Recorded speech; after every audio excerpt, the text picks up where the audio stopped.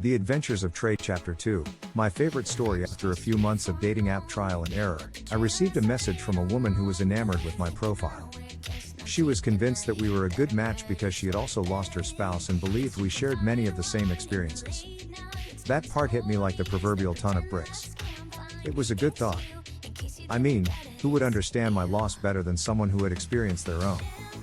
Not only was it an appealing notion, it offered some sense of freedom, as I had found that many divorcees were resented that I did not have someone to criticize and hate. My loss came with sadness. So I agreed to a telephone call and we spoke that evening. Following a few minutes of idle chit-chat, she hit me with, "I need to come clean with you about something." Okay, I thought, you've got my attention. I put on my profile that I am a widow. Yes. She had. But there is something I need to explain. She followed up quickly.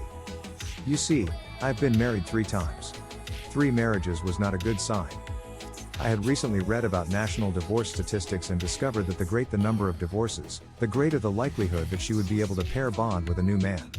The chances for another divorce was greater than 98.5%. So red flags fly when you discover that your odds of success are less than 2%. But, there was a side of me, call it a morbid curiosity, that wanted to hear her story.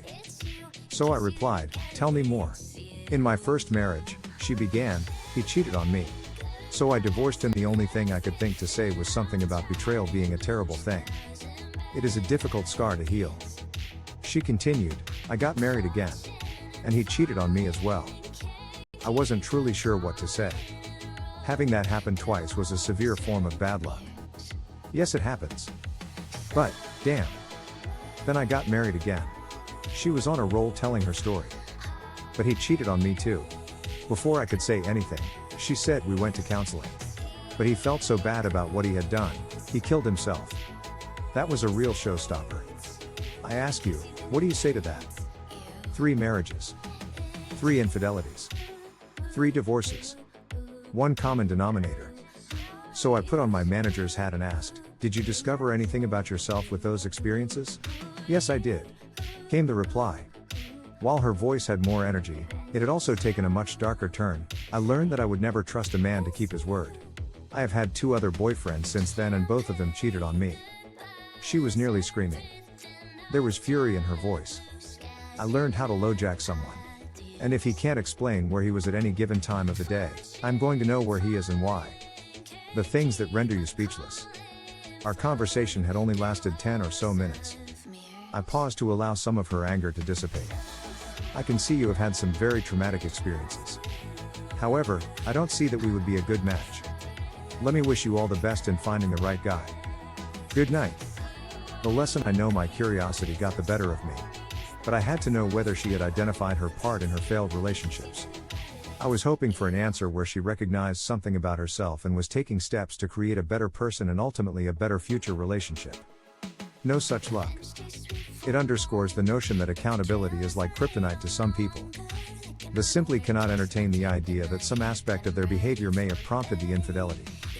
If we believe the idea that it takes 2, then her behavior must have in some way enabled the cheating. It has been my observation that very few men are serial cheaters who are just doing it for the sport.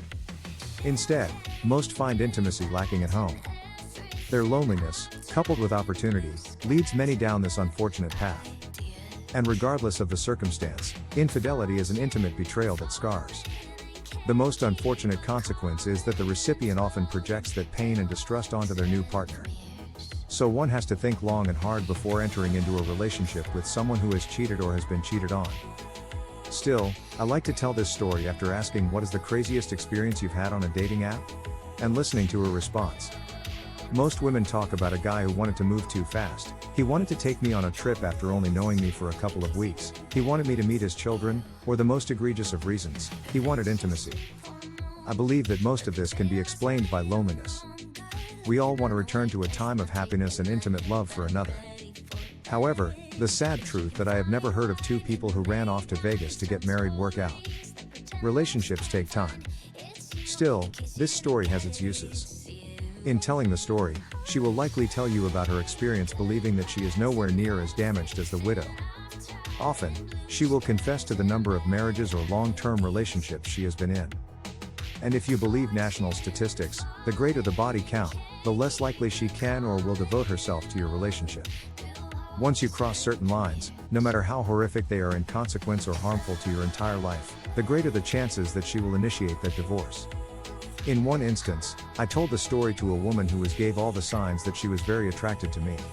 Hoping to have the same conversation around being aware of the actions you take in a relationship, she confessed in a sad tone that she had been married 3 times. I received a note the following day that read, "Hey you. So sorry I didn't get back to you today. It's been crazy at work. I want to be honest with you and let you know that I don't think I will be seeing you again. I have done some reflection and realized I am not really in the mindset to be dating right now." Given the conversation, her pullback and subsequent abandonment of her online dating profile led me to the conclusion that she needed to re-examine her relationships before she could hope to have a positive outcome with the next one. Sometimes God's greatest gifts are unanswered prayers.